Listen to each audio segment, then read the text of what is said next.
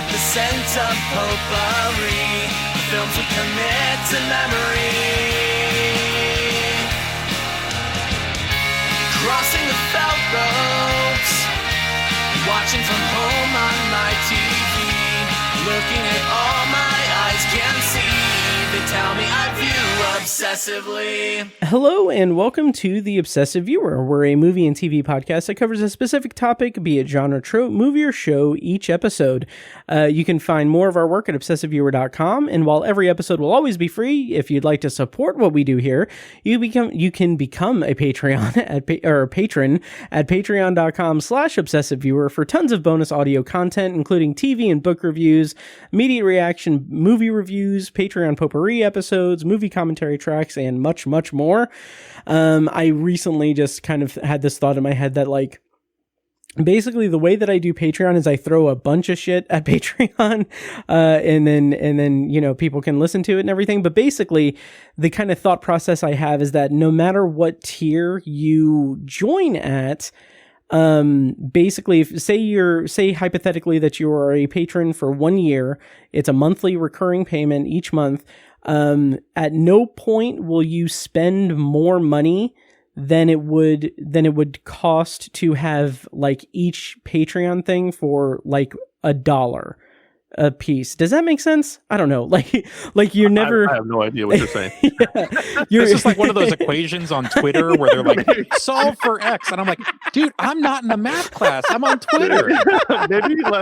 maybe let's like write this out and go through some drafts. Yes. The amount of content on Patreon, if you pay for Patreon, which we have several different tiers, depending on how much you want to pay and what access to content you want. If like, say you spend, like, you give us your money, which sounds just so terrible. Like, I feel like I'm crashing and burning in this pitch. Give me the money. It's not getting better. Yeah. Are you saying that if you were to purchase these things separately, these bits individually, they would be $1? They would be less than, you would be paying less than $1 per piece of content on there. Yeah. So anyway, okay. For only 30 cents a day, you can feed one of these hungry children. You can feed Matt's cats. All of them are named exactly. Anyway, I'm your host, Matt Hurt, and if you're still listening, you can find me on social media, including Letterboxd at Obsessive Viewer. And today on the show, we're going to be reviewing James Gunn's just James Gunn. James Gunn's Guardians of the Galaxy Volume 3, which is currently in theaters, and we're going to follow that up with a review of the new film BlackBerry, about the rise and fall of the first smartphone, opening in theaters this weekend. And joining me today to do that are two returning guests, my IFJA colleagues and friends, Brent Leuthold, whose Letterboxd activity can be followed at letterboxd.com/awakeinthedark, and whose written and podcast work can be found at awakeinthedark.com, and Joe Shearer, whose Letterboxd is letterboxd.com/Joe R. Shearer, and whose written work can be found at midwestfilmjournal.com, and he also has several guest appearances on Medium Cool podcast. So welcome back to the show, Joe and Brent. How are you guys doing this evening? Doing well. Trying out my new microphone. Yes. Yeah. If you want to hear us talk all about that, today. Nice. Yep. You can check that out on Patreon. We talked about it a little bit. Also check the show notes. Never mind. Where do you say the unboxing? Yeah. So like, what's new? It's been a while since I did a proper episode of the podcast, but also it's been a while since both of you guys were on the show. I'm going to discreetly bring up my archive page here. I remember last year Halloween Ends and VHS 99, was that the one? I think it was one of the VHS was 99. Yeah, 99. Yep, that's right. Okay. You guys were both on for that episode 385. So for our listeners, what's new with you guys? I know, Brent, you got a new microphone, And Joe, you yelled at some clouds, like Yeah, I have another child. I just had a child. I don't know if now. I think that was Robert De Niro. Actually, that's not me. Oh, not that I mean, I don't have 7 like him. I've got 3, and my girlfriend has 2, and so it seems like I've kind of got like upwards of 5. I don't need any more, but yeah. I don't know. I've got a new job. I mean, I don't think that's not. I mean, it's exciting for me, but not for. I actually have a couple of new jobs, honestly, but that's exciting for me, but not for anyone listening to this. But yeah, I've watched some really good movies lately, and I'm excited to talk about a couple of them today, and maybe some of the others also if things work out the right way. Hell yeah. Awesome. Brent, how about you? How's the new mic? It's going well. I got this email, so I got this email with the presets for it. So I think you have to download them and everything. Wow. So I didn't do that yet. But yeah, no, it's cool. Yeah, I just got some new gear from Universal Audio. Guess I got to plug them because there we go. If you do that, they'll give you money, I hear. Yeah, maybe they will. I have no idea, but no, I've been happy with the mic so far. I guess I'll defer to you, Matt, because I don't know. You can probably hear it better. I'm not. Yeah, I'm actually really impressed with it. Given that, and I'm not going to get too in the weeds about this or anything because this is not like again anyway. Yeah, this is not the podcast gear podcast that I dream about having. But no, it sounds really good, especially since it's like. It is like that company's answer to the SM7B, which is, legendary and everything, but like the cost, like the price point of it is significantly lower than the SM7B, but it sounds really good. So I'm impressed. I like it. Yeah. It's one that I was probably going to use, I guess, sort of as like a mobile rig thing. I just got a MacBook Air last month or something like that, so it's been kind of nice. The one that I had before that is another MacBook Air, but this one's like beefed up a little more. I think it has maybe 4 times the amount of RAM. Oh wow. So nice. At least twice the amount, but yeah, I think it's 4 because I think my old one only had 2 gigs of RAM and this one I think has 8. So anyway, yeah, nice. It'll be fun. Yeah, I might be doing some mobile recordings later this month with it. Nice. Not 100% sure how that's all going to work out, but it might work out. Very nice. Mobile recordings for Awake in the Dark? Yeah. Nice. Yeah. We might do a Fast X podcast potentially. Nice. We're working out details, but yeah, I'll probably use like the mic I'm speaking on right now and other stuff to do that. So that'll be fun. I was trying to think of that when I was thinking of that before. I was like thinking the logistics of it. I haven't done really a mobile podcast or mobile episode in like a while. Like it's been years for sure. Wow. Those are always pretty fun. It's interesting because like I used to do the red carpet stuff and the press day stuff for Heartland and Indie Film Fest, but then like COVID hit and I don't know if they really do all of that anymore, but I'll do for Patreon mobile recordings where I'm like driving home from the movie theater, or if I'm doing like a double feature, I'll be a nerd and take my lav mic and my Rode AI Micro and just record into my phone like a nerd. But yeah, it's all good content that you can get. So if you take like if X equals the amount of content on Patreon and then you multiply that by the amount of I'm kidding, but anyway, the amount of microphones that I've gone through. Oh my God, he's doing it again. Yeah. But no, that's exciting. That's awesome. And yeah, what else? To kind of get away from the microphone talk and everything, because I'm already worked up about it. What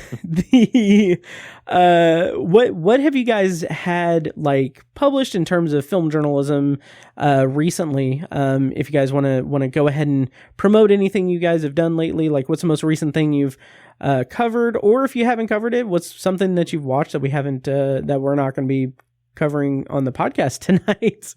Go for it, Joe. Yeah.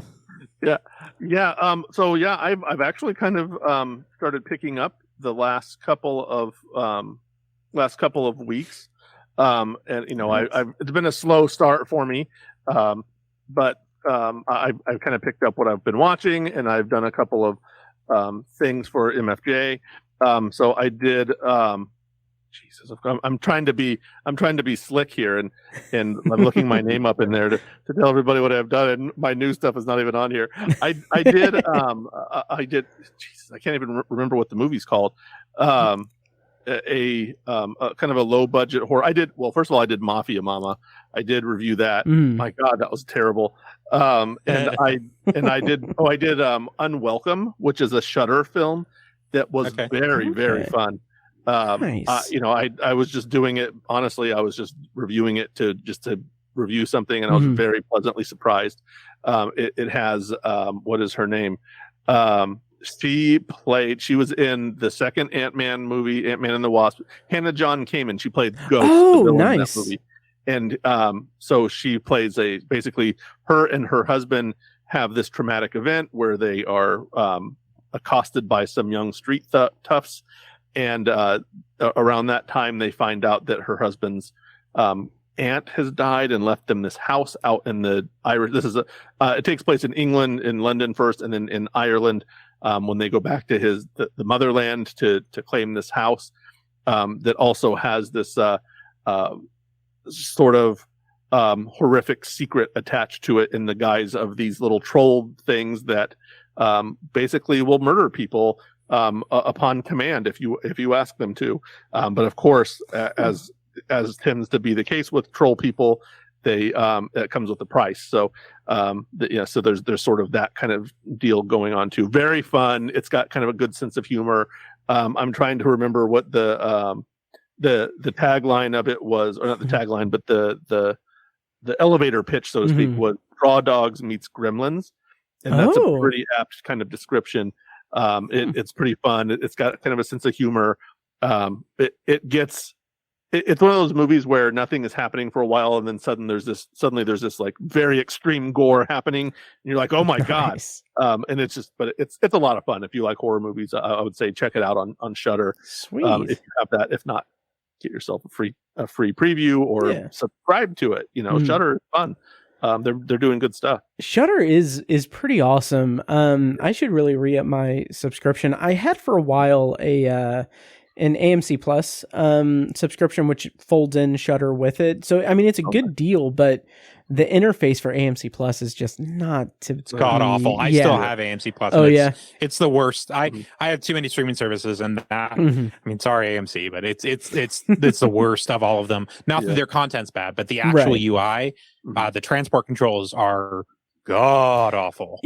I try to browse it on like Roku, and like I got it because I was like, I want Shudder, but then also I really want to watch my Comedy Bang Bang on there, and it was weird. Like I was going through and I was adding stuff to my list, and I'm like, okay, yeah, I'm gonna watch all this stuff, and then like I went back and it was like some of it, I don't know if there was a glitch in the app on Roku at the time or whatever, but like I would click on it and be like, okay, here's the information. There's no like play button anywhere. I'm like, what the hell? I've just had stuff where legitimately we've been in the middle of a movie and it'll just like stop, and then it's like a playback error. Oh God. Oh man. Yeah.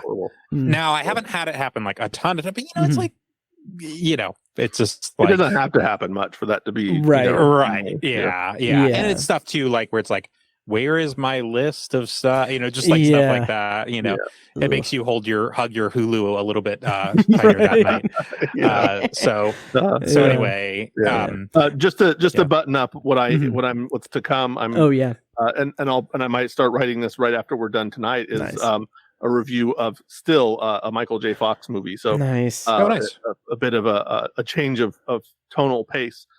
So that'll be coming in the next several days, I think, to Midwest Film Journal. Nice. I'm very eager to watch that. That is hitting. Is it hitting Apple TV Plus this weekend? Yeah, I believe so. Yeah. Nice. Yeah, I'm excited to see that.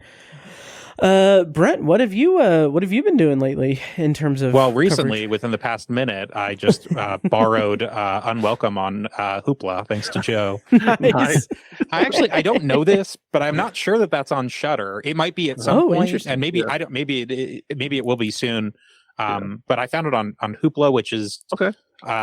That's one. It's one of those ones. It's like Canopy, I think, which is ones that you can get through the library. Yeah. They actually have really like that movie Unwelcome came out this year, and that's already on there. So they'll have stuff sometimes it's actually really new. Yeah. Nice. So yeah, Hoopla is a cool one to check out, and it's not. It doesn't cost anything. All you need is a library card, basically, and it's not something you have to re-up. So you know what? It's let me clarify a little bit. It's actually not a new movie. It actually came. I think it just hit like on demand. It had a run on Shudder last year. I'm looking at actually back in 2021. I think this one was made, and it had like a brief theatrical run, like a very small one, and then maybe it disappeared for a while, and then it popped up on Shudder. I think it just hit like video on demand, and maybe it got like a DVD Blu-ray release just more recently. But yeah, it's actually from 2021. So it has been around a little while. Well, nice. It looks like is it Well Go USA? Yeah, Well Go. Yeah. Oh, so they're I guess the distributor. Well, at least that's what it said on Hoopla. So anyway, regardless, yeah, you can rent it on all the normal places now too. But if you have Hoopla, you can get it borrowed for free. So get out that library card. Nice. Dust it off. Yeah. Nice. I have one coming up on Midwest Film Journal that I don't know if I should say what the series is because it hasn't debuted yet, but I think I can say it'll be about right up on Beetlejuice.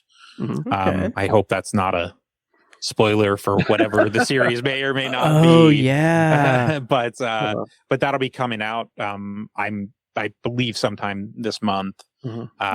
So I got that in later than I should have, unfortunately, but still got it in there. Just recently did a too fast a review for BlackBerry, which we're going to talk about, and then Pope's Exorcist. I mean, I'm actually working on a what do they call it? Not thesis, but doctor. What do they call it when you're dissertation? Like when dissertation. I knew it was a D word. I'm working on a dissertation about the Pope's Exorcist. Yeah. So I hope my it's 95 good. theses, basically. Nice. Yeah. Without going into too much, thanks for the assist on that particular movie too. It's one that I watched just today. That as I said. Without doing a review that was so just gloriously stupid. Yes. So many levels. Yes. Listen, there's a moment, and I don't know if you guys caught this. But I stopped and wound it back. There's a point when, let me just say, without spoiling, it's at a pivotal point in the movie. A character touches a crucifix to someone's head, and it's one of those like someone throws it and someone catches it. And when the person catches it, there's this very distinct like power up sort of like, and I was like, I didn't just hear that, did I? I wound it back. Sure enough, it's just it was there. Nice. And I laughed really loud. Yeah. I saw the Pope's Exorcist. Actually, it was the day of the Guardian screening. I went after work and I was like, the Guardian screening isn't until 8, so I'm just going to catch a movie and then hang out and then see Guardians. And like, that's the kind of movie that I wish I could have seen like in a packed theater. 'Cause like with like the right crowd, that could have been just such a fun movie. But I mean, there were two other people in the theater with me. Oh man, yeah. And it was fine. I enjoyed it. I had fun with it. I was not expecting it to be as kind of goofy as it was. So that was a pleasant surprise. But yeah, so that's what you guys have done lately. Again, check out Joe's work on Midwest Film Journal and Brent's work at awakeinthedark.com. I almost said obsessiveviewer.com, which would have ceded control of my empire over to you. So we're merging. Nice. But tonight on the show, we have 2 reviews for you guys. The big one, the main feature review of this episode, is going to be a non-spoiler and then spoiler review of Guardians of the Galaxy Volume 3. So as we usually do, we're going to do a probably brief non-spoiler review where we kind of give broad strokes, overall feelings about the movie, and then we can get into the nitty-gritty in a spoiler section. If you want to skip the spoiler section, check the show notes for timestamps that will also be found at obsessiveviewer.com/OV393. But what say you guys? Should we go ahead and start reviewing Guardians of the Galaxy Volume 3? Let's do it. All right, awesome. So, Guardians of the Galaxy Volume 3, like I said, is currently in theaters. The premise is still reeling from the loss of Gamora. Peter Quill rallies his team to defend the universe and one of their own, a mission that could mean the end of the Guardians if not successful. This movie, of course, is written and directed by James Gunn, and the cast includes Chris Pratt, Zoe Saldana, Dave Bautista, Karen Gillan, Pom Klementieff. I don't know how to pronounce her last name. I'm so sorry. Vin Diesel? Yeah. Bradley Cooper, Sean Gunn. Oh man, the villain's name. Shukwudi Iwuji, Will Poulter, and Maria Bakalova. So this is the upteenth Marvel Cinematic Universe movie, and it has a special kind of feel to it because it is not only is it the conclusion of the Guardians of the Galaxy trilogy proper, but it's also kind of James Gunn's swan song for the MCU as he's moving over to DC to head up their new DC universe. So to get into our review, I first want to ask you guys, what is your relationship with James Gunn's work, and how do you feel about the previous 2 Guardians of the Galaxy movies and the Guardians kind of placement in the Marvel Cinematic Universe? I will cede that question to you guys. All right. Well, just to start, there's a lot of questions there. Yeah, that is pretty much my thing. I remember James Gunn. The first time I heard of him was Slither, I believe, and at that time I knew that he was married to Jenna Fisher of The Office. I was sort of jealous of that. But it's funny how I'm kind of just like scrolling through how many of his things I haven't seen. I think I saw movie 43. He just did a segment of that. I did not see Super, which is weird because I probably should have. I feel like you would love that movie. Yeah. And let's see, he did the Suicide Squad. He did the Suicide Squad. Did he do both of them? No, he just did the Suicide Squad. One. Who did the first one? David Ayer. Oh yeah, that's right. Yeah. That's right. Hashtag release the Ayer cut. Yeah. So I pretty much saw the Suicide Squad. He's been good. Certainly, I think the Guardians of the Galaxy movies have been highlights of the MCU, I think, at least of their respective phases. So I think that they're sort of the quirkiest part, kind of in a consistent basis. Back to the Jackson Pollock painting comment from the first one. It's just fun the way that they get a little more irreverent, a little less serious, but I think that I think it's kind of fun. I hope he does something really good with the DC universe, although it's certainly in a really weird place at the moment. It's kind of just a weird limbo that kind of won't go away. Right. I'm excited to see that, and I think his work has been good here. In the MCU and kind of, I guess, overall, Slither was a pretty fun movie, kind of going back to that again, and had a couple of people that would pop up in some of these Guardians movies too, right? Michael Rooker especially, Nathan Fillion. So that was kind of fun to see some of those people, some of those players kind of coming back in. But he's doing pretty well, and I think he's as good a candidate as anybody to kind of run the DC universe going forward. So hopefully it comes up to something pretty interesting. Nice. Well said. Yeah, I agree. Yeah, Brent, how about your history with James Gunn? And let me throw a few more questions at you. And how you feel about Guardians as well, in the placement in the MCU? Yeah, in terms of James Gunn, I had seen Slither, maybe around the time it came out, and liked it. I hadn't seen Super. I would say Guardians was like one of the first ones of his that I remember that was like, oh, like it was his like writing, directing, and all that thing, which kind of still stands alone in the MCU of like the closest thing the MCU has kind of to an auteur if you don't count Kevin Feige, I guess. Yeah. So.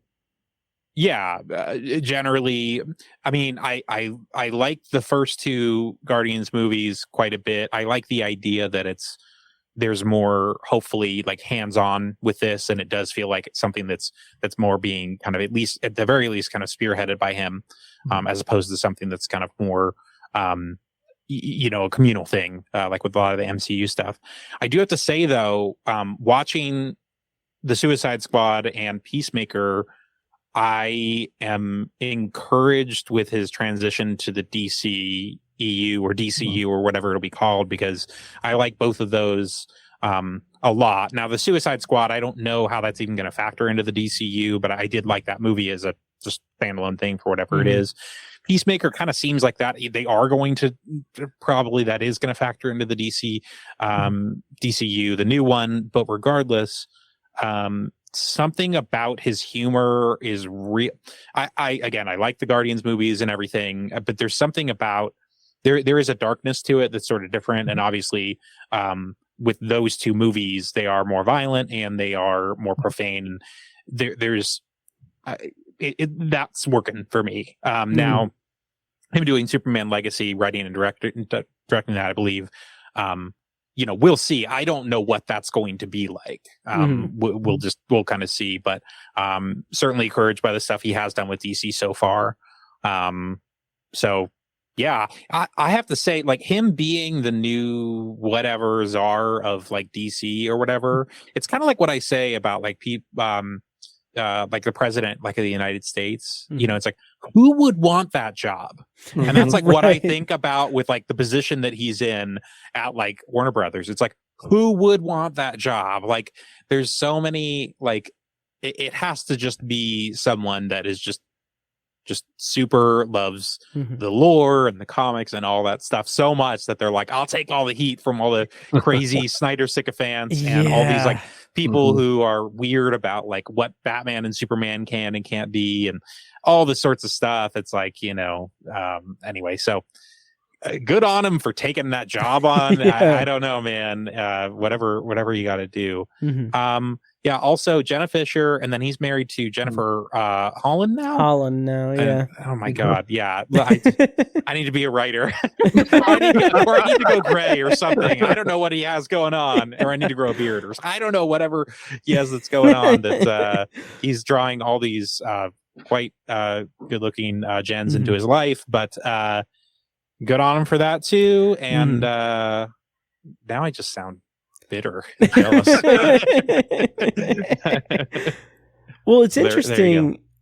So one of the first things of his that I saw was actually a mockumentary called Lolly Love from 2004 that he worked on. Like, it's, I think Jenna Fisher, according to IMDb, Jenna Fisher directed it, and he like helped write it too. But it's like a mockumentary where they play, according to the premise, they play like a wealthy couple who try to do like some, like they try to help the homeless population by giving them free lollipops. And I don't remember any, like, to be completely honest, judging from reading that premise, I have a feeling that I saw it in 2004, 2005 and was not aware that it was a mockumentary. Like, I honestly think that I watched it and thought, this is a real thing that they're like, this is really lame. Like, this is not like, I don't think I got it that it was a mockumentary, but I never saw Slither, but I did see Super, and I really liked that as an offbeat superhero, not superhero, kind of in the vein of Kick-Ass, but with that like James Gunn edge to him, that no doubt comes from like his time in Troma, which I never really saw any of his stuff in Troma or any Troma stuff, but I'm aware of it at least. But yeah, it has that edge to it, and so going from there, Guardians.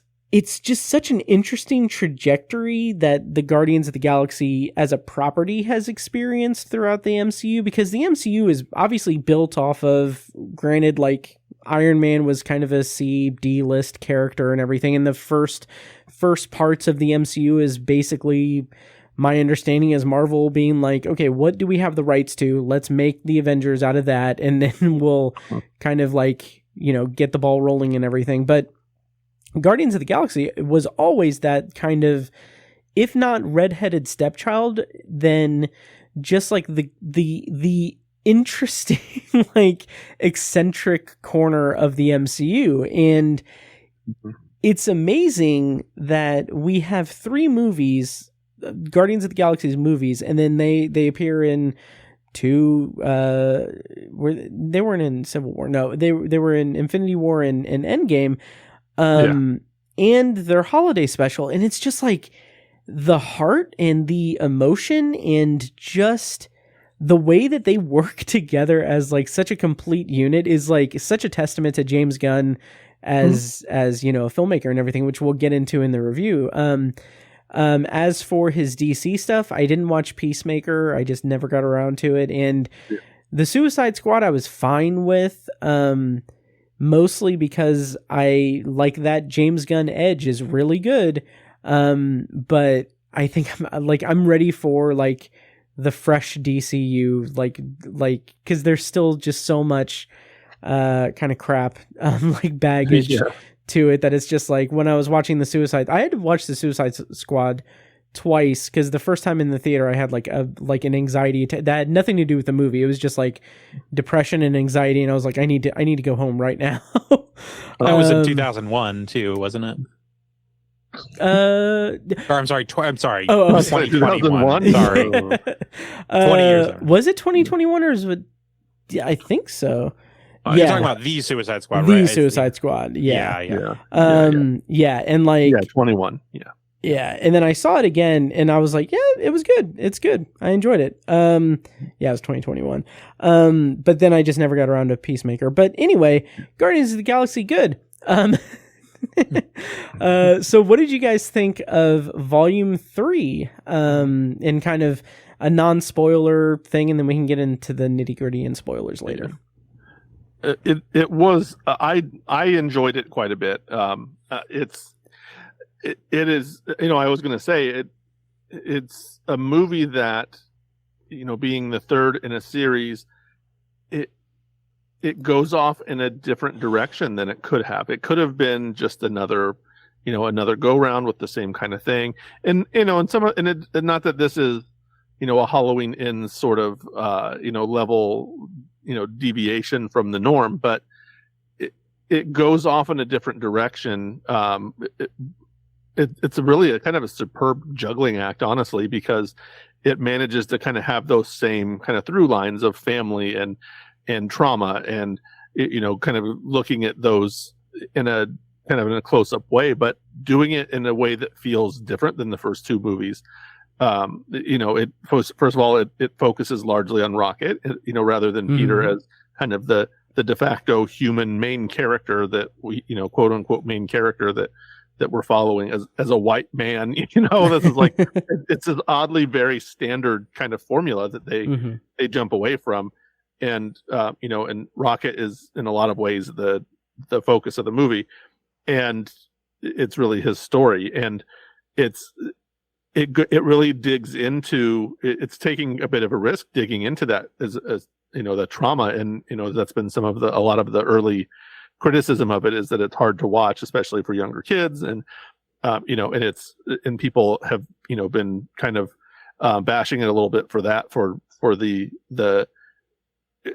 animal mistreatment sequences, which, if you are disturbed by those things, apologies, but I think it's very effective in that way, and it creates a really emotional story that kind of, and I guess especially the second Guardians did this a little bit too, kind of hit an emotional note that you wouldn't really expect it to, and I do think a lot of that is, as you said, Matt, a testament to James Gunn and the writing and the direction of it to really be able to focus in on that and take a CG raccoon and make him a well-rounded character, much as he kind of successfully did that with Groot in the first movie, especially, giving him sort of an emotional, kind of an unexpected emotional source of inspiration, I guess. But he really does that in this movie too with Rocket, and creates a terrific character and a terrific kind of expansion on a character that was not one note, but not fully fleshed out as much as, say, Peter's character was.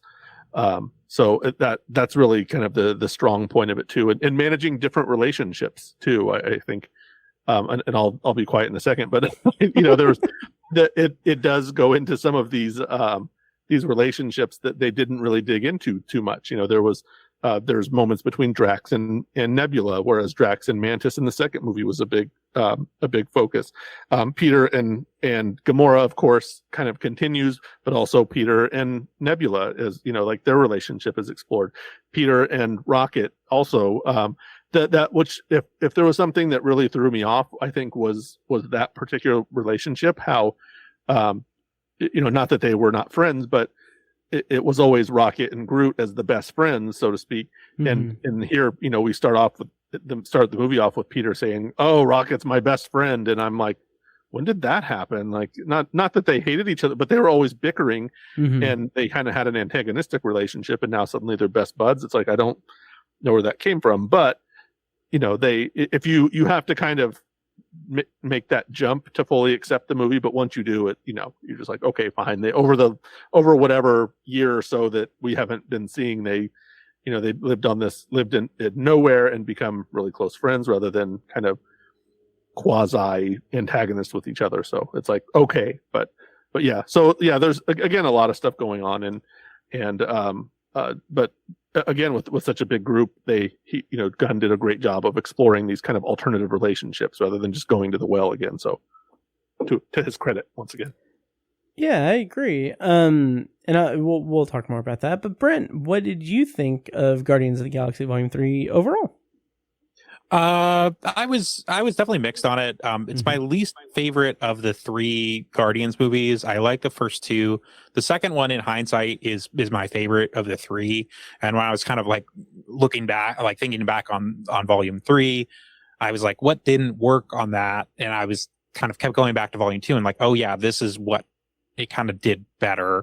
I think that I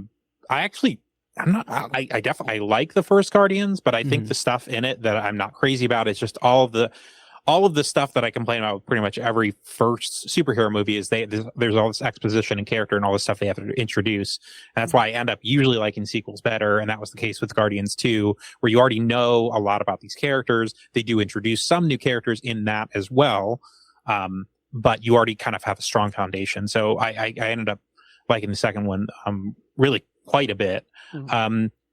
With this one, I think actually the family stuff and the group stuff with the Guardians and all the performances and that sort of stuff, I think is generally solid. Like that's kind of there. But my biggest thing with this is I couldn't get there with the story. I just didn't think that I think some of the writing in terms of how things are put together, I wasn't crazy about, but just there's sometimes, I don't know if you guys feel this way, there's certain movies where they in terms of a story that they pick to go with, it's just like, it just doesn't work. And I mean, we can talk more, of course, in depth into like, maybe why this one didn't work for me, but there's just, I mean, when it comes to like a narrative and like the overall story, you really only, if you think of it, it's like you really only have one shot at it. So, and for a lot of movies, I feel like for me, I'm usually pretty easy with stuff and like that will work. But this, I couldn't really get around with the central thrust of what they're going after.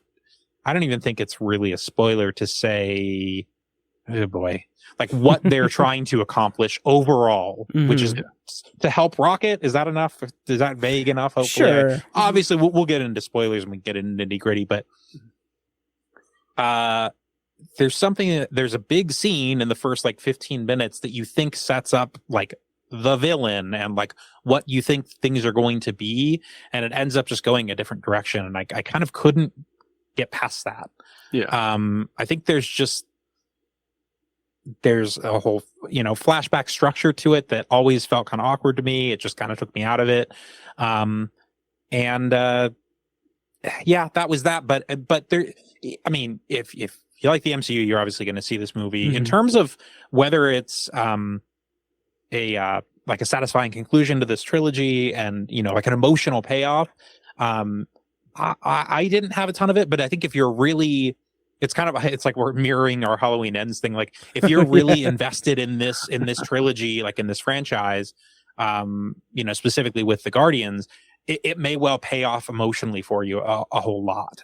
So that's just, I can't necessarily speak to that because I like the first two movies, more mixed on this one, but I don't have a soul, so I don't cry during movies.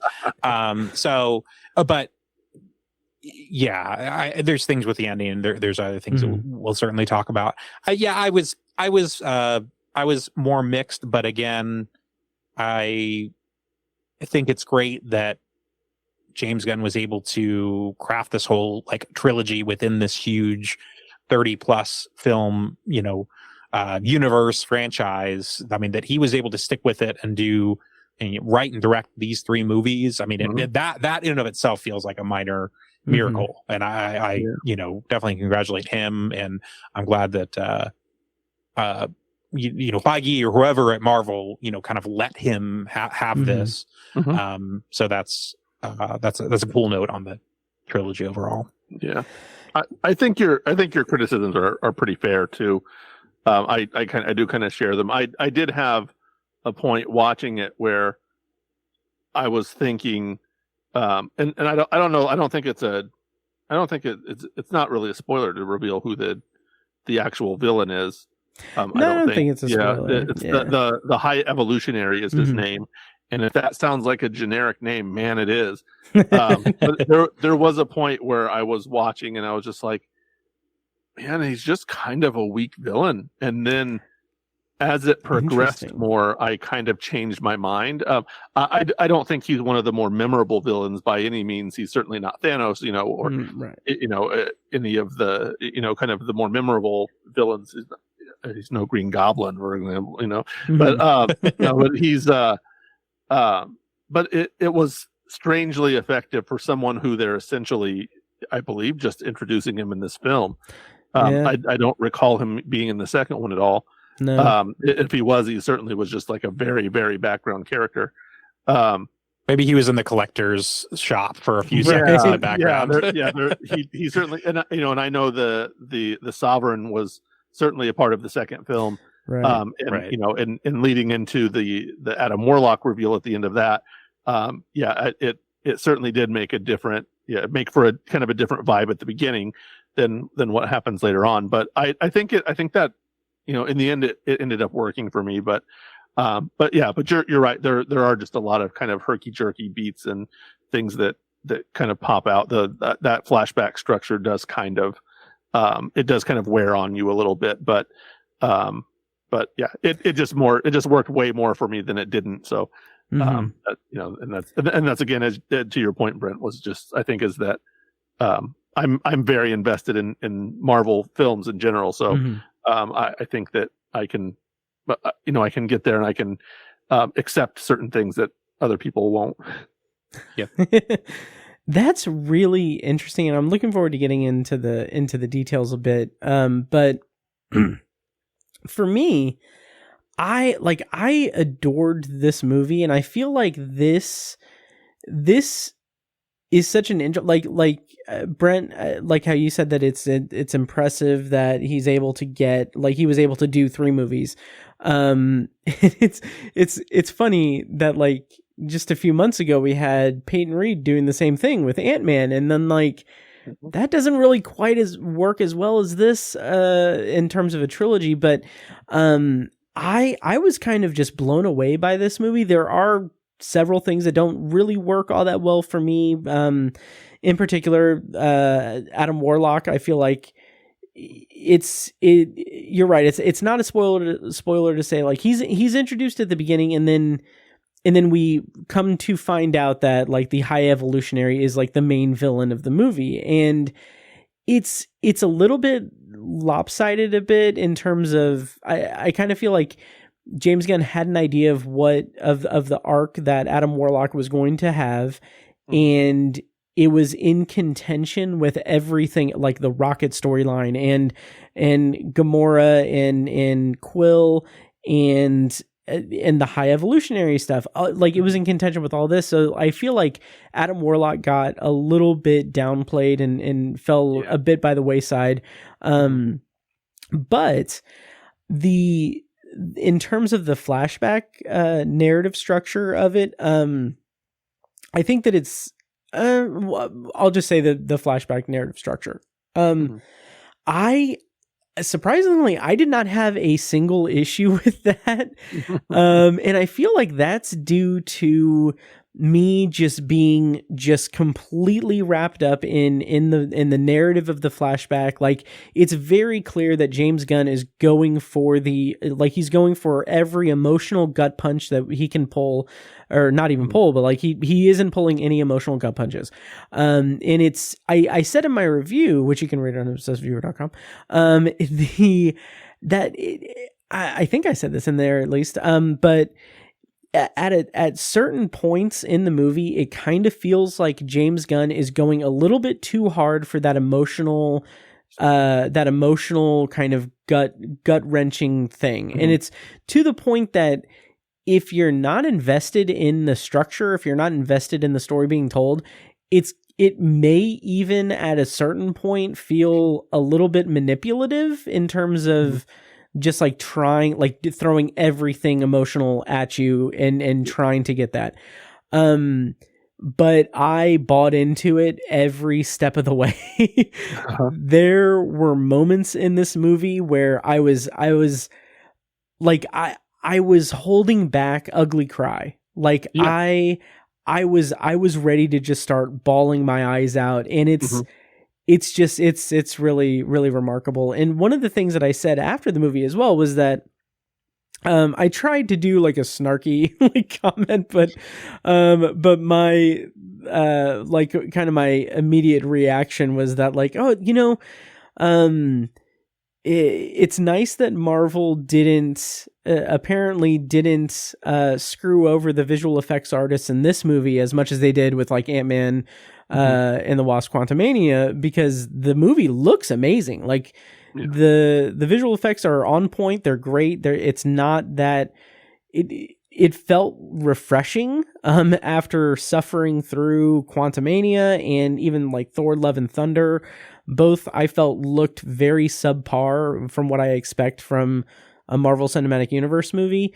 And so visually it was good. I think every step of the way, it worked for me. A couple points didn't work for me. Also, in terms of the High Evolutionary, I was very much invested in him as a villain. Mostly just because of, you know, his connection to Rocket and everything. But it made me think, like, it's great to see how much. I don't know if there's, like, a correlation to how much pull James Gunn has in each production of each installment, because Ronan the Accuser in the first movie is, like, he is a nothing villain, like, right. He's like one of my least favorite parts of the first movie. Absolutely. And, like, to go from that to Ego in volume 2, which is, who I love. Amazing. Absolutely amazing. And then now we have this to kind of cap off the trilogy. it's really nice. And also having Rocket be such a focal character after having two movies that are like that, they're ensemble movies, but it's like the Star-Lord like show. But to have Rocket be such a pivotal and front and center character, and have that be the character that they wrap the trilogy's like whole arcs around is really it worked really well for me. But like I said, there were a couple of things that didn't really work all that well for me, which we'll get into. But yeah, so yeah. Did you guys have any thoughts on that? Well, I kind of want to shift gears a little bit, just a little bit, and talk about because this I keep kind of coming back to this movie as a movie about trauma, and something that we don't explore with superheroes quite as much maybe as we could. We have in recent years a little bit, but the one arc that got me kind of in an unexpected way, I thought was that arc with Peter and Gamora, where this is talk about trauma, like if you guys, I'm sure hopefully in Infinity War, she was killed, Thanos killed her, and then in Endgame the alternate version from Thanos's kind of timeline comes back, and it comes back into this universe, so she's essentially back, but she's not the person that she was. And they really dig their heels in on that and make her this completely different person. And, and then Peter has to interact with her as, someone he's in love with, who he lost in a very violent way. And now he's looking at her again, and she's literally someone else. And he has to deal with that. And that's something that, they play it a lot for laughs in the movie, but I thought the emotions of that was pretty strong, and I don't know, maybe it didn't work for you guys as much, but I was very surprised at how impactful it was, and the way they really kind of took it seriously. They didn't just and even for Gamora as a character, she was not just nonplussed, and not like charmed all over again. She was really annoyed, and to almost to the extent that he was almost harassing her. And it just kind of gave a bit of an alternate view of a different attitude to that sort of romantic interaction that in a lesser movie, if this was an 80s movie, the movie would have been him wooing her back and getting her to come back and restore everything, and instead it's she very strongly dislikes him through most of this movie, and I thought that was pretty impactful.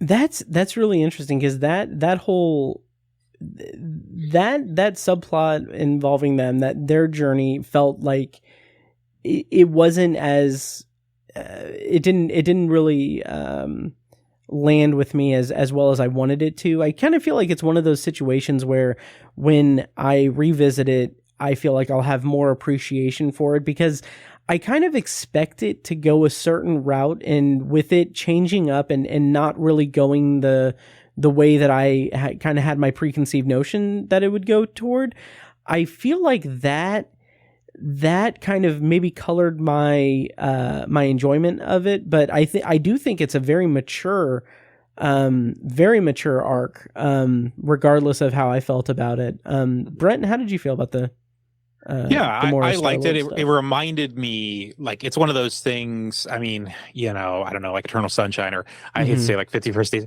something like that, where it's like, but the difference here obviously is that Gamora has a very strong personality, and you see her. She's introduced in this movie. This isn't really a spoiler, with like the Ravagers, and like you're like, oh, she's one of them, like, because she that's what she would have done for him and all that stuff. And it does make you realize, like, oh, like he has a long way to go to like kind of win her back. So I did like kind of in their conversations kind of realizing, just like how much their relationship has progressed, really, even just over these two movies. And sort of them trying to sort of meet back in the middle was great. I have to say, like, Chris Pratt, this movie, like seeing this, because I saw he actually wasn't in the Christmas special a ton. I mean, it's not a very long special. Right. But before that, like Guardians 2 was in 2017, and then Guardians, the first one, in 2014. And it just reminded me, seeing him in this movie, like how much he loves playing this character. Yeah. He's kind of everywhere now. And we just saw him, or heard him at least, in the Mario Brothers movie last month. And then I know he did the Jurassic movies, or whatever we're calling them, that trilogy, which I only saw one of. We're calling them garbage. Yeah. Oh, garbage. Okay. Yeah. The Jurassic garbage. That's one pile of shit, trilogy. Yeah. So anyway, so those, I only saw the first one, but even in that one, he had like kind of the Han Solo thing or whatever. Not a strong character, I don't think, unless there's a lot of arc that I'm missing in the other two movies with him. But regardless, it just reminded me that, especially in those scenes with Gamora, like this is this is a character that he really helped craft. It wasn't just that, he just happened to kind of be around. And, we watched Parks and Rec, the whole series, like earlier this year, and just seeing him in the later seasons, like that London episode when they were filming in Guardian, you're like, oh man, this is like really where he came from. And like, he just kind of got all bulked up, and they had to go back and make him look kind of schlubbier, even though he's like super cut and all that stuff. Anyway, all that to say, I'll kind of, this was a movie, like at the end I was kind of like, I'll kind of miss seeing him as this, although whatever, maybe he'll be back. I don't know, who knows, like whatever. So maybe he'll be back playing him again, but regardless, this will be the last time, at least in this Guardians format, or certainly in this trilogy. So but all that to say, I did like it in terms of the subplots. It was probably the ones that worked better for me. Nice. I'm looking forward to revisiting it, because that's one of the ones that I feel like him and Gamora should have resonated more with me. But like all of my emotional like attachment was to Rocket's backstory and everything. I just thought that was really, really well done. For various reasons we'll talk about in spoilers and everything. How did you guys feel about the pacing and the action in this movie as well? Because it's a Marvel Cinematic Universe movie. How'd you feel about that aspect of the movie? Go ahead, Brent. Yeah, I think that there's certain sequences that work very well. There's like one within the first like 15 minutes that is just a really great like opening gambit. That's tense, I think, well choreographed, and introduces a new factor into the story and the narrative, the trilogy, what have you, and really sets up, I think, like the movie that I kind of wanted to see, like a really good movie. There's a sequence, like the Orgo Corp sequence, that whole setting there, I really liked. Was really glorpy. I guess overall, in terms of pacing, like I said, the biggest thing for me was that flashback structure felt like it kept kind of dicing things up. I think for me, it's also just like, I don't know, I can't think of many like second sequels that have like that much of a flashback structure, where you have like about 6 or 7 flashbacks to one of the characters. There certainly could be some out there. It felt very awkward to me, not just the cuts or having it potentially kind of delay momentum, but just the idea that it's like, well, this is like the third movie. I know there's more we could learn about Rocket's backstory. I understand he hasn't talked about it, he's been very guarded about that, but that just felt out of place. That felt off. Interesting. I will add that Captain America Civil War had a series of flashbacks, but they were far less integral to, I don't want to say integral to the plot, but to the main action of the movie. They were much, they were shorter, and they were a little more clipped, and were the way they were used was more building toward a reveal, I think, than this one. This one, it just felt like these little elements are just like, I don't know, they're just giving you more flavor into Rocket. And is there a certain car crash that, of course, I'm paranoid about spoiling the Civil War? There's a car crash. There's the stuff with Zemo and the stuff with Bucky, and where they're showing his conditioning and all that stuff. Okay. Yeah, like that comes in between, but like I said, that's more of Zemo's arc as the villain, and it's kind of showing those things, and then of course it's building to the big reveal at the end of the conflict with Captain America and Iron Man. But this one was I don't know, they felt longer and like I said, a little less pertinent to the kind of just the main action of the movie. When we got the resolution of that arc with Rocket, it wasn't a big connecting point, other than just to kind of show the relationship between he and the I don't know, the villain, villain. Let's just say it like that. Sure. So it's I do think it sort of interrupted the action, but also I cared less about the action in this movie than I have in most of the others.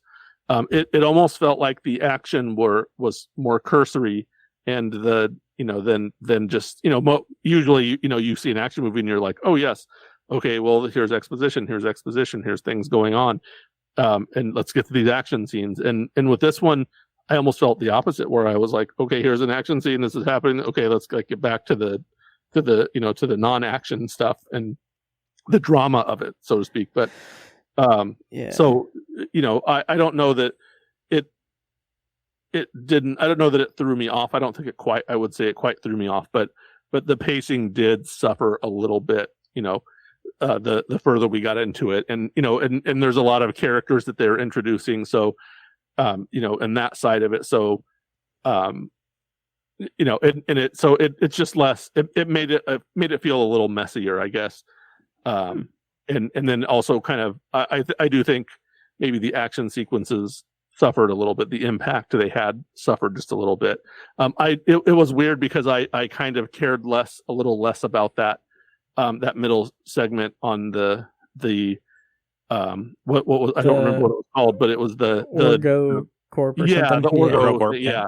It was just kind of like, okay, well, it's an idea, it's kind of neat, but it's also sort of weird and gross in a way. I love the squishy noises. And I was just like, that's kind of gross, but it was, I maybe, kind of to your point, Matt, about watching it again, maybe I'll watch it again and I can get into it more, because it's like it's less of that, like that come on, let's get on with it kind of thing, because I want to see what's going to happen here. But I can really kind of sit back and enjoy it. I would call that like I used to call it like the Incredible Hulk effect, back before either of you were born. If you guys ever watched the original Incredible Hulk TV series, it was basically like the most vanilla man in the history of any sort of television show, wandering around, and you're just waiting for him to turn into the giant monster so that you can, like eat it up. And it's like in the middle, it's like just this very made for TV like story of, oh, look, he's going to this other town, and here's some girl who's in trouble, and she's gonna make out with him, and then when's he turning into the Hulk? Like, is he gonna turn into the Hulk? Like, Bruce Banner's boring. Well, he was David Banner in that for some reason. They didn't like the alliteration in 1978, I guess, but it was he was David Bruce Banner, which is why in the Ang Lee, I don't know, I'm speculating why in the Ang Lee Hulk, his father Nick Nolte's character was David Banner to Eric Bana's Bruce Banner, but they played that up. They played that down in the MCU a little bit, but yeah. So yeah, it's kind of that effect where you're kind of waiting for the next thing to happen. But for me in this movie, not so much the action scenes, as much as the drama of what's going to happen with these characters and what is happening. So yeah, so that's more where I was at. And I do have a question also that I'm going to pose, and I'll wait until we're done with this round, but remind me to ask this question. Okay. I will maybe the spoiler. Sorry, the spoiler. Let's do that during the spoiler section, because I think it's a necessary spoiler. So, okay. Sorry. Yeah, and we'll get to the spoilers here in a second, but I do want to say to your point about the action and everything. It's really a couple of points here. One is that I feel like it's almost, I would be curious to know if this was like James Gunn's intention, but I mean, it's clearly like an emotional journey, an emotional story that the characters and the storyline is taking precedence over like set pieces in terms of action in a conventional Marvel Cinematic Universe movie. But it's almost like that opening sequence with Adam Warlock feels like that's James Gunn being like, okay, here's your like big action set piece. It's big, it's badass. It's like there's a lot of like people are getting their asses handed to them. Yeah. And then now we're going to go into this emotional story and everything. We'll have some action here and there and everything, but it's mostly just to service the storyline that I want to tell. Which I have no problem with at all. Mm-hmm. But in terms also to kind of pivot over to that kind of middle section as well, I love the Orgo Corp thing sequence and everything for a couple of reasons. A couple of reasons. One, just the wit of it's hilarious, but also like it feels very grounded in the Guardians of the Galaxy universe. It feels like it's almost like a retread of like the prison escape in the first movie, in terms of structure and everything. I also adored there were a couple of big like sci-fi homages that like one was definitely like a direct homage, like a direct reference. I think James Gunn has even mentioned this, that he tweeted about it, but that the spacesuits that they wore for that sequence were like modeled and the color schemes were taken after 2001: A Space Odyssey as an homage to that. And I'm like, oh yeah, that's okay, I love that. I'm all on board for that. And then later when they go to another planet, which we'll talk about in spoilers and everything, but like just the overall vibe of that, like the way that Peter reacts to it in terms of what the planet is. I'm trying to be vague for spoilers' sake, but it felt like that a quintessential like Twilight Zone episode where it's like you're in a familiar place, but everything is unfamiliar. And then I don't know if that's an intentional thing that he had in mind when he made that in the movie, Planet but I of was the just Apes was the thing I was thinking exactly. of. Yeah, there exactly. was a moment. Yeah. Exactly. It is exactly like it. Yeah, absolutely. And it's just I just felt like hugging the movie because it just felt just so good. But yeah, so those are my thoughts. Any other kind of non-spoiler broad thoughts that you guys have, or should we jump into spoilers? You know, I do want to mention, because I haven't talked about Adam Warlock very much. Oh yeah. And I don't know what to call him in terms of like the comic version of him, of Adam Warlock, but I know that he was, because I didn't have that much interaction with him. I had kind of stopped reading comics when he became, a bigger thing. But I know that he was in the comics was a major part of the Infinity Gauntlet's kind of saga, and going, he interacted with Thanos and was sort of like the secret weapon against him in the comics a little bit. But I was really disappointed in, for all the build up they gave, to Tim as a character, what he ended up being in this movie. And even the start of the film, there was a pretty impressive display, and then he just turned into this kind of one note joke, and he was sort of just like a colossally dumb character for a while. And it was just, it was strange because it wasn't, I would have wanted it to be a naive character, but he really didn't come off as naive so much as just stupid. and that was sort of disappointing. And I very quickly stopped caring about him as a character in the film, but I will call that a bit of a disappointment. There of course with how that shaped out was what it was, but it was really kind of became, after that initial scene, I just very much turned into, I don't care that he's on screen at all. And I kind of wish he wasn't here, honestly. Yeah. it's almost like since they set him up in the second movie, they needed to do something with him, and that's maybe. And I feel like I'm dogging the movie. Like I'll go ahead and say I rated it 4.5 out of 5 stars. Like I loved this movie, but it felt like since they established Adam Warlock, or they hinted at him in the second movie, it like that plus the idea of like Endgame. Supposed to like it felt like after Endgame, it felt like it was supposed to lead to a more like Peter and Gamora centric Guardians 3, and then you also throw in the whole like Thor of it all. That I remember reading that James Gunn saying like, oh, apparently Thor's hanging out with the Guardians. Like I didn't know that was a thing.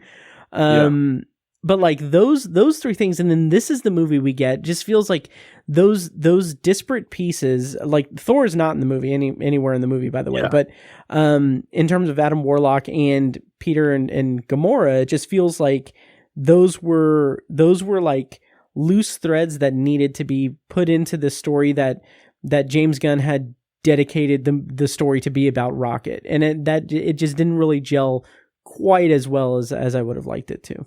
Yeah. Any other thoughts, or should we go into spoilers? Yeah, most of my stuff I'll probably just save for spoilers, because there's stuff within the story that Okay. So I rated it 4.5 stars out of 5. What did you guys rate it? And then we'll go into spoilers. Go ahead, Brent. I'm going to look mine up because I don't remember. 2.5. I rated the first one 3 and the second one 3.5. Oh, I think actually initially I gave the second one like a 4. It was a 3.5 out of 4. That's when the rating scale I was using at that point. Regardless, the second one is my favorite. This is my least of the 3, but again, they're generally solid movies. I think that second one kind of gets the Guardians formula the best of the 3. Yeah, I did give it 4. I may after a few days of reflection maybe would have made it more of like a 3.5, but I would say a 3.5 to 4. But I'm fans of, I'm a big fan of Marvel movies. So even Thor: Love and Thunder, I think I gave 3.5, and Ant-Man, Quantumania, I think I gave 3.5 also. So I'll admit to being a bit of an apologist because I just enjoy watching them. I gave Quantumania 3.5. Actually, Quantumania is not only my favorite Ant-Man movie, but like by far my favorite of the 3. I just, the first 2, I just didn't really care about very much at all. But that third one, I thought, well, we're not reviewing Ant-Man, so I guess I don't need to go into it. But I liked Love and Thunder too. I sort of like the newer ones that people are like, oh man, this is really bad. I'm like, I still kind of like it. So like, I don't know. Like generally I'm a pretty easy sell for like, definitely the majority of MCU movies I've enjoyed. I just, and again, I could have gotten there with this one. I think again, the main thing is just I just didn't care for where the story went. But I think the other things like the performances and the general like vibe, I think is still there. It was just the choices that were made with the story that kind of sunk it for me. Okay. Nice. And it's funny, like my ratings for Guardians of the Galaxy and Guardians of the Galaxy Volume 2, basically the first one I rated 4.5 stars, the second one I rated 4 stars, and this one I rated 4.5 stars. And it'll be interesting to see how that rating adjusts after I've seen it a couple more times, because I could see it going either way. Like I could see it staying at 4.5 stars, or those things that we're going to talk about in spoilers that didn't really work for me. Kind of, it's going to be a question of whether those take precedent over the emotional aspect of it, because the emotions of this movie hooked me and just did not let go. It was incredible. So, but having said that, let's go ahead and go into spoilers for Guardians of the Galaxy Volume 3. If you don't want to be spoiled, go ahead and check the show notes for timestamps to hop around that. But to go into spoilers, I'm going to play a clip from the trailer for Guardians of the Galaxy Volume 3. When we come back, we're going to be spoiling the movie, so stay tuned. We'll all fly away together. One last time. Into into the forever. That beautiful sky.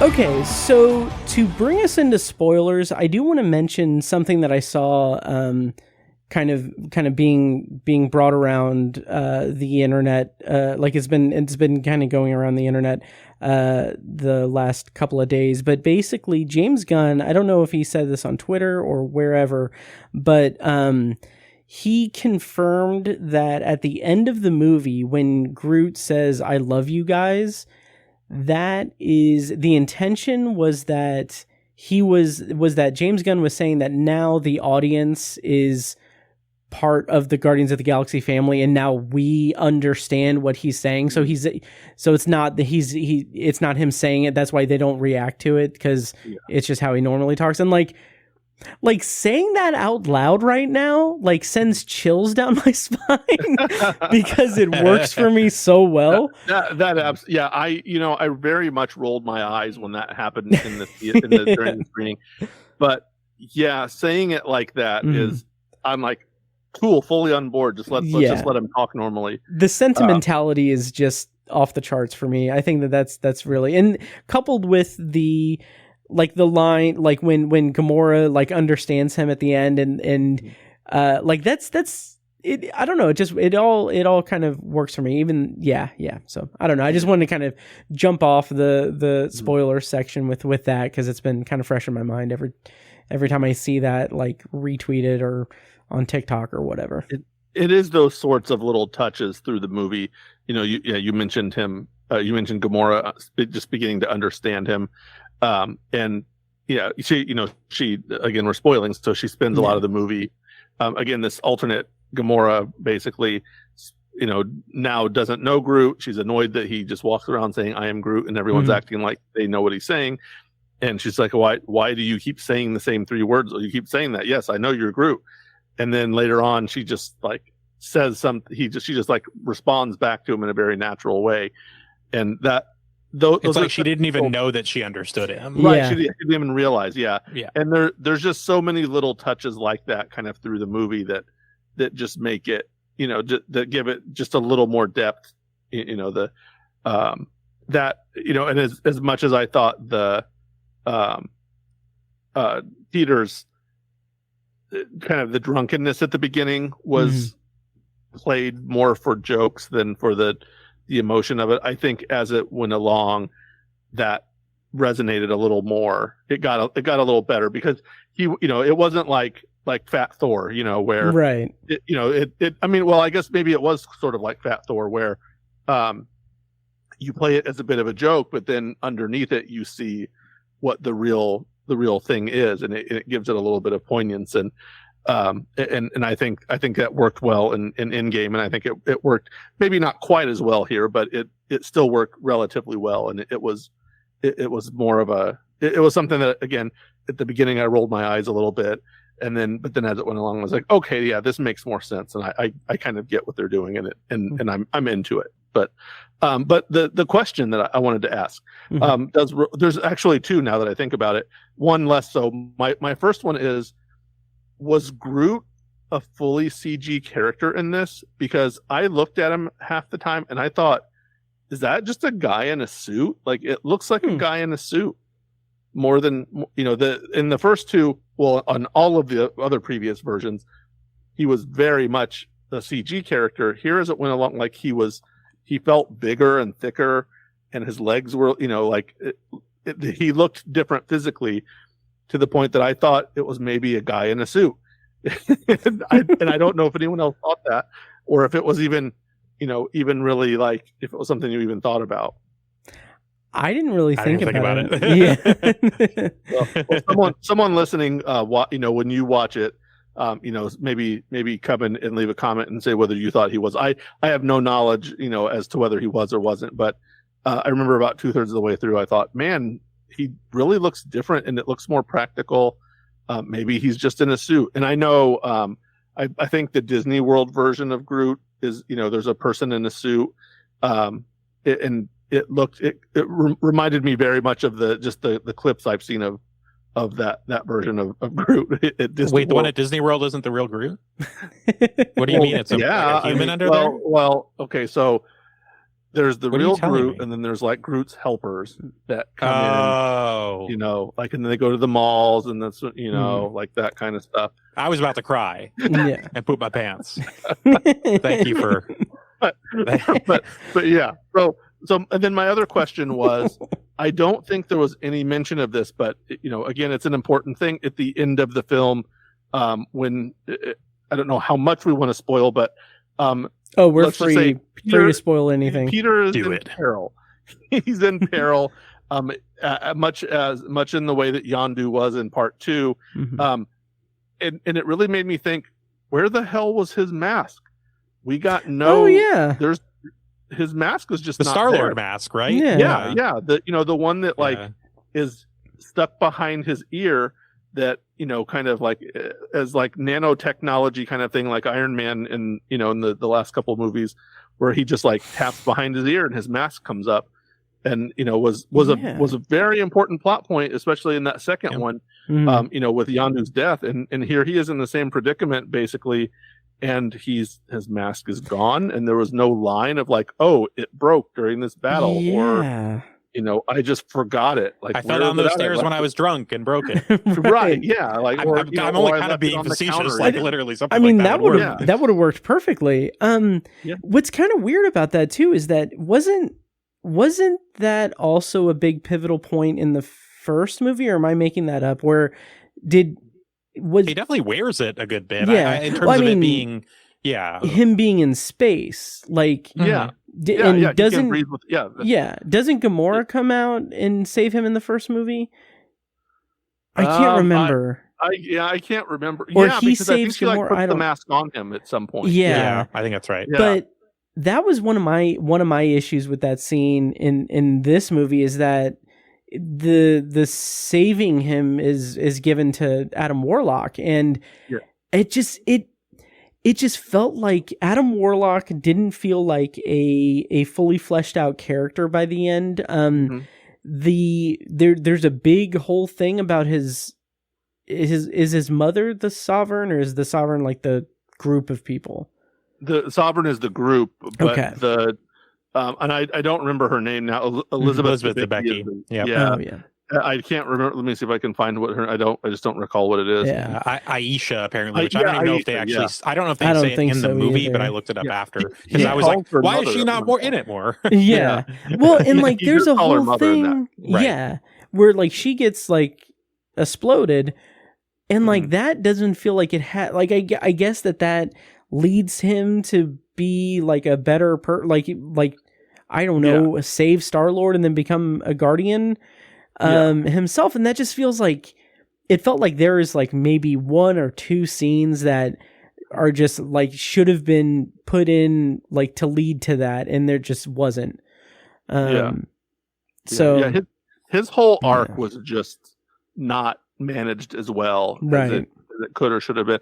And also, I'm looking at the cast list, and there's an odd number of people who have appeared in other movies as different. Linda Cardellini is the voice of Lila. Wow, Lila. Okay. Yep. Judy Greer is the voice of War Pig. Things I didn't realize.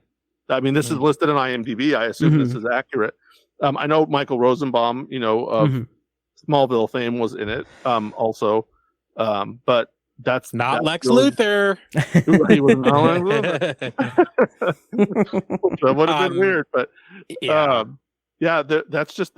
that's an odd thing that they would have brought them back to play different characters. I wonder why. Lloyd Kaufman, speaking of trauma, was in it also. Yeah. I think that's mostly that's my big problem. I'm sorry, Matt. Go ahead. Oh no, I was just gonna say I think that's mostly just James Gunn with his roster of like the James Gunn players.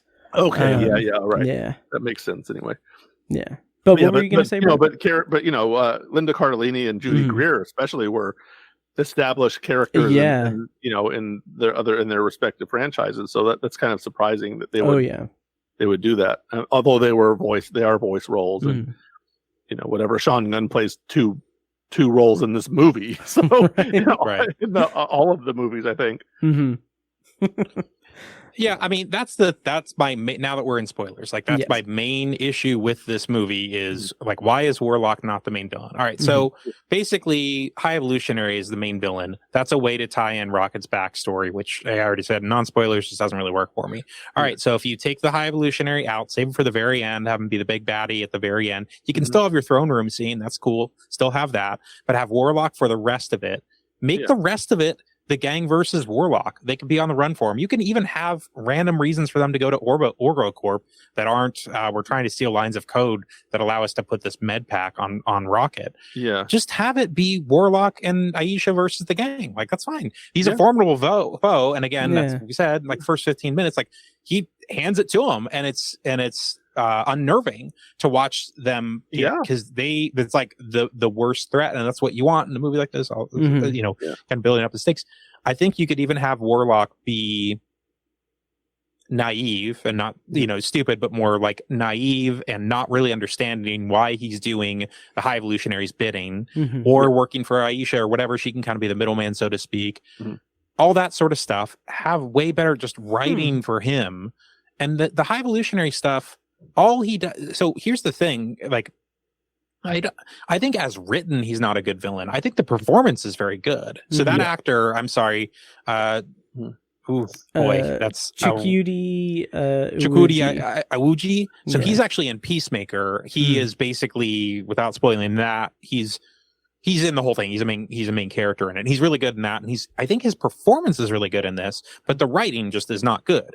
All he says in this movie, it's so redundant. He's like, get me 89P13. I can almost say it off the top of my head. He says it so many times, and he wants his brain. I understand it. I understand what he wants. I understand why he wants it. It's over and over. And then we see him in the flashbacks too, and it's not really that much different. We flesh out his character some, I guess. Yeah.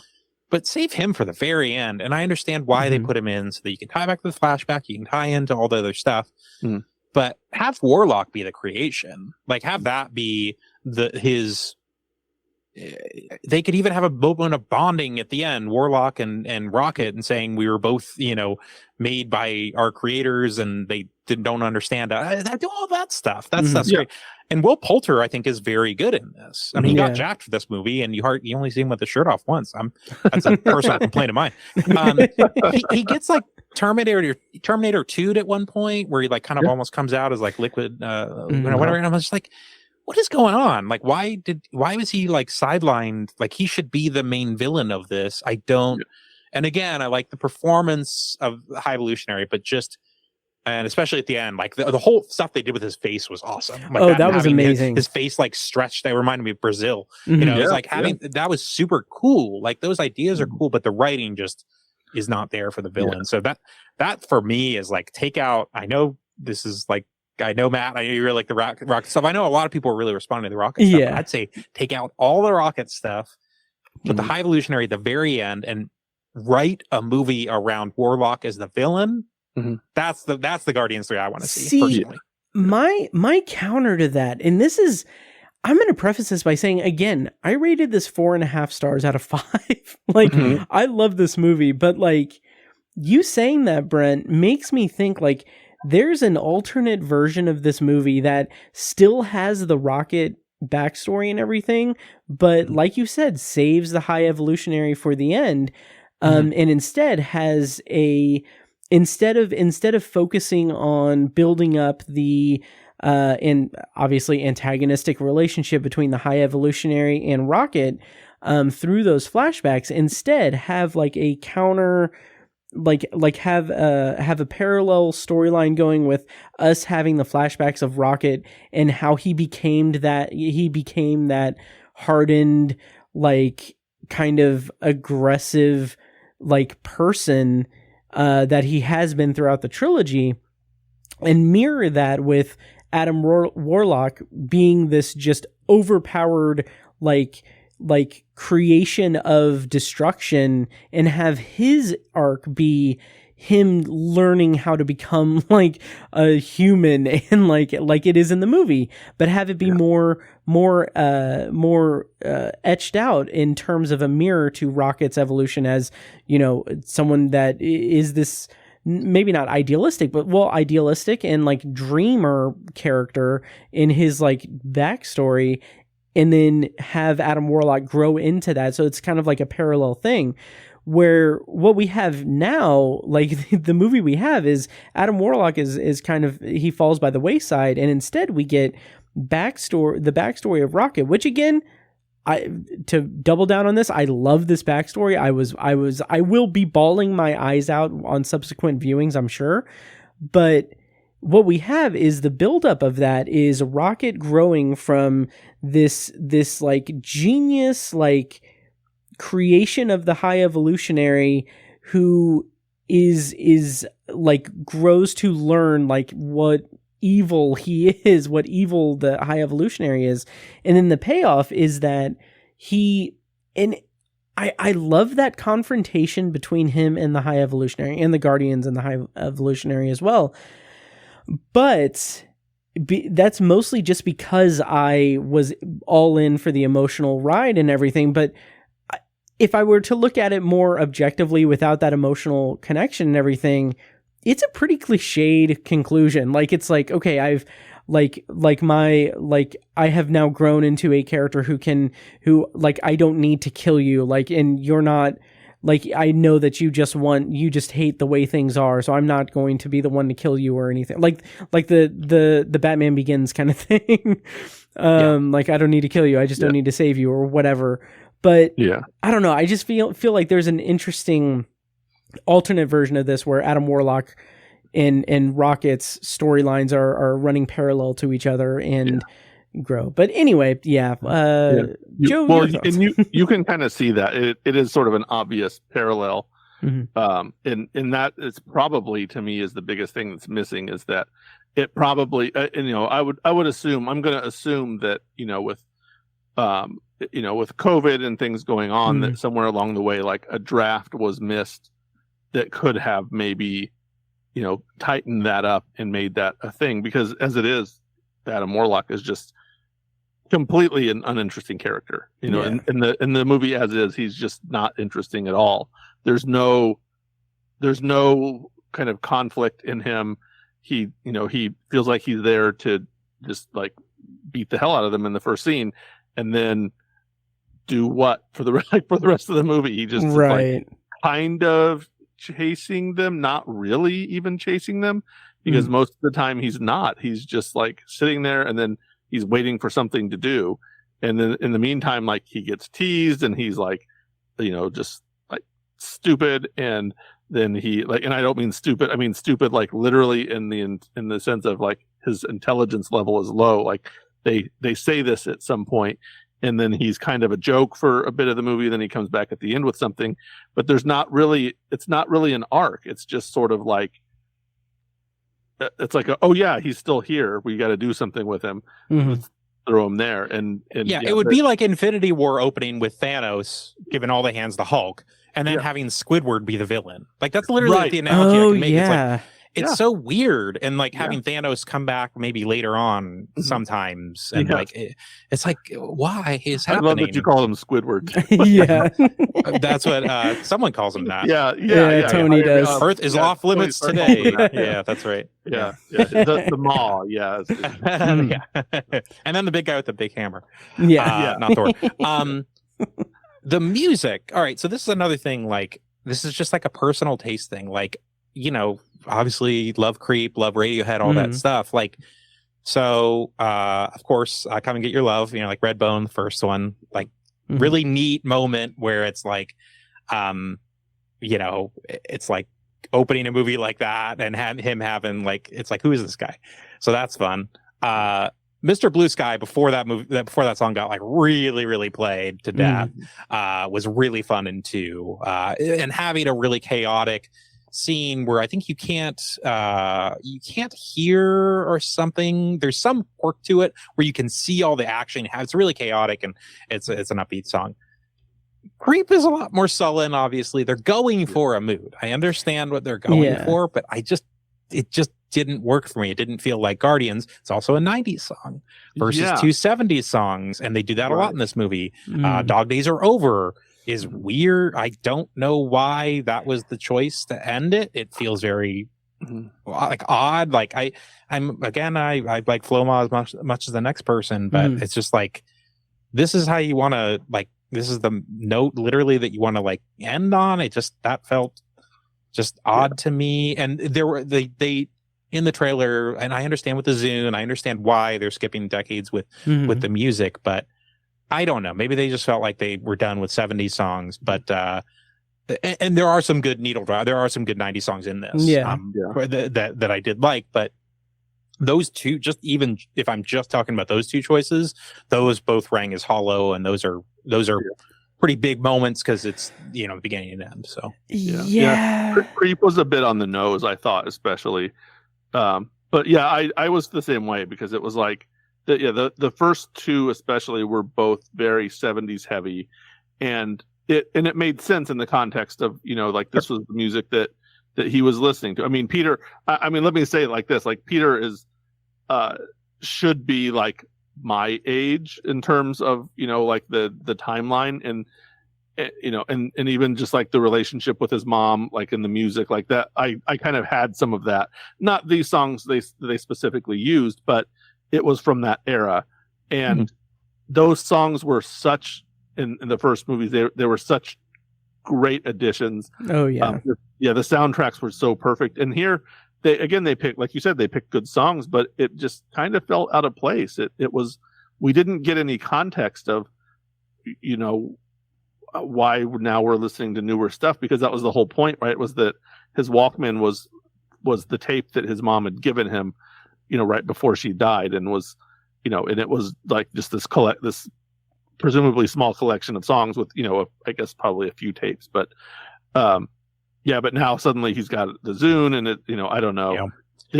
Was there a scene where he picked that up in Infinity War? Or I missed the Zune thing. I know they mention it in this. Why not have?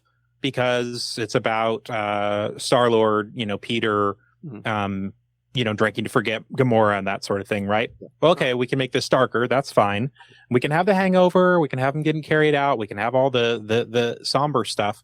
But can we have a night out of him partying with whatever creatures are on Nowhere, and we can still have upbeat music, and we can still make it a Guardians thing, but then have the morning after, and then that's your, balance to the light and dark sort of tone.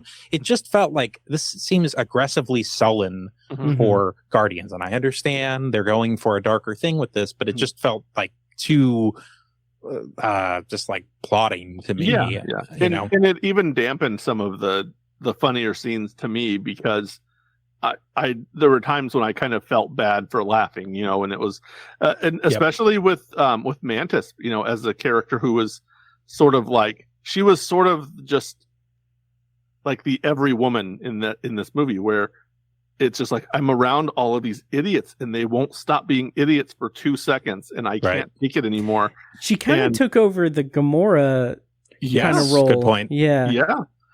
And in a weird way that even Nebula kind of didn't, and in a way, from time to time, Nebula was kind of one of those guys. There were just those moments where she was just like, okay, why are you being like this too? Like, and Mantis, obviously they have that little bit of relationship. Again, it's an interesting thing to explore, is, you don't think of Mantis and Nebula together interacting that much, because their characters are so different, but it was interesting that they had all that conflict with each other. And it was sort of not a main point, but it was pretty prevalent. And so it was just strange that to have just kind of all these elements there. And again, we're going back to the music, so it's like, well, one laugh that is totally guilt free, as disappointing as the first sex scene in the MCU was in Eternals. The first F-bomb in the MCU wonderful. That was perfect. That was perfect. Absolutely wonderful. I did not see that coming at all. It was so funny, and it's a fun setup with with Peter and Nebula, and she doesn't know how the door works and all that stuff, and that worked. But man, when he set open the fucking, I was just like, the frustration was amazing. It was wonderful. It was just like a great line read. It was great, like physical stuff with her, like doing the keyhole and stuff. So that was like a wonderful, comedy just a bit in this. The stuff with the on the keypads, the colors and stuff. Drax wanting to lay down on the couch, even that stuff on Counter Earth. I thought all that stuff was really funny and really good, like Guardians humor, not just like MCU. So that happened humor. It's like specific to how these characters interact. So those comedy beats definitely worked really well. I agree, and to go back to the kind of obviously the somber stuff. The opening sequence with Creep playing and the way that is just lingering, I was all for that and everything, but I do think there is again a version of it, like you said, Brent, where like have the night out fun kind of upbeat thing and then have the morning after, and that's kind of like that could have worked really well. But anyway, but yeah, the humor was great. The Counter Earth stuff, I thought that's like obviously like we talked about the Planet of the Apes kind of thing, the Twilight Zone style Rod Serling like thing. It was just like it was just amazing. I loved it. And then just like using that as a barometer for the like complete evil of the High Evolutionary, I thought worked really well. The scale of it was good. In kind of that being like one of the big like action set pieces, but also being like a catastrophic set piece rather than an action set piece. And that's also kind of similar to the end of the movie with the like we get that one amazing like hallway fight sequence with all the Guardians. I thought was just that was great, beautiful. But even then, that's them saving people. That's the main thing is they're getting people off of the ship so that they can be rescued and everything. So I don't know. I liked it. Yeah. The Peter and Gamora stuff though. That's I mentioned that I'm gonna have to kind of refigure out my thoughts on it or see how my thoughts evolve on it the more I watch this movie. But I just felt very just not necessarily even underwhelmed, but I feel like I was not expecting it to be so inconclusive. Like it lays the groundwork that there is that spark there. They're going to do like eventually they'll get back together, I'm sure, and they'll be happy and everything. There was enough laid there, but then it just felt like that she's going off to with the Ravagers, and it's like, oh, okay, and then he's going back to Earth. Fine, okay. I did not really understand the lack of consequences in this movie. I didn't really understand. I don't want to say like I honestly think I don't want to say Rocket, but I think they could have killed off one of the Guardians in the Warlock scene. I thought they were going to, and I mean so again, if we're setting up Warlock as the villain, like make that the thing that bands them all together to go after him. And that's the whole thing. It's like even Peter has his Leia Poppins moment, and then he comes back, and it's like, okay, well, he has to come back so he can eat cereal at the stinger at the end. It's just like that was the thing that kind of bummed me out. I'm just like, this was supposed to be the one where I don't know, like something happened, and I don't know. It just feels like more and more in the MCU. It's just like, like they're all gonna come back, like it's a very kind of end gameian solution where it's like no, I mean they're gonna be around, except for when these contracts are over. I do think that I think maybe I disagree with you guys about Peter and Gamora, because I liked the way that ended, that it felt jarring and weird, but I felt like it was they're not going to get back together like this. Like Peter's got to go off and have his life. And that was kind of that end point, was like, you need to go and work on yourself. You know, and it's weird, you know, as you know, someone who's been through a divorce, and you know, how, you know, and I, you know, been through a divorce, but I still have, you know, this person in my life. We have kids, and I have a completely different relationship with her now, and it's to a degree, I kind of look back and go, how could I have ever had the relationship that I thought I had? You know, like based on what I have, like I'm like, I feel like my life is in a different place, and in such a good way. And I see Gamora kind of, and Peter kind of representing that, you know, and Peter is like wanting to hang on to this thing it's dead. You know, I mean, you know, whether it's she's the person that's dead or just the relationship itself that's dead. But, you know, Gamora is, at the very least, is like moved on and is in a completely different place. And as much as he's pushing and pushing and pushing, she's just like, no, it's just not happening. And then it doesn't happen. And I didn't even get a feeling like, I got a feeling more like they can be cool with each other, but I never had a thought that like, oh yes, maybe they will get back together. It was just like, no, she's going to go off and have her life now and do whatever she's going to do. And he's got to do the same thing. He's that person in a divorce that didn't want to let go. And now he kind of has to. But so are you saying that Peter Quill is Steven Crowder? Sure. Oh my God. Just to clarify, I did like the Peter and Gamora stuff like in the movie, but I kind of rolled my eyes that she was even in this, because it's like, I don't really even know, like, okay, so she kind of like, it's not a snap thing, it's like it's just like all this stuff, like, Black Widow's dead, but then she gets her own movie. I'm just, I don't know, just stuff like that, or and I know that's before, I understand the chronology is different, but it's just like, that's like kind of a thing for me. It's like, Groot could have disintegrated in those first 15 minutes. And I know a lot of people get a lot of feels about that. Totally get it. But I would have been the same way, honestly. Yeah. Would that not want you to have Warlock get it worse? Yeah, you know? Definitely. Yeah, you're right. Yeah, that he could have been the one to go, but and he tussles with him a long time. I thought he was going to die. That's what I mean. Is like, there's points in this movie where it's like, I kind of, anyway. So. Yeah. There was. I had one more point to make that it seemed like I lost it. Were you going to say Steven Crowder did nothing wrong? You were going to say that? I had something there that I don't know. It was very poignant and impactful. And well, you definitely lost it now. It's gone forever. I'll never get it. Welcome to the Obsessive Viewer podcast.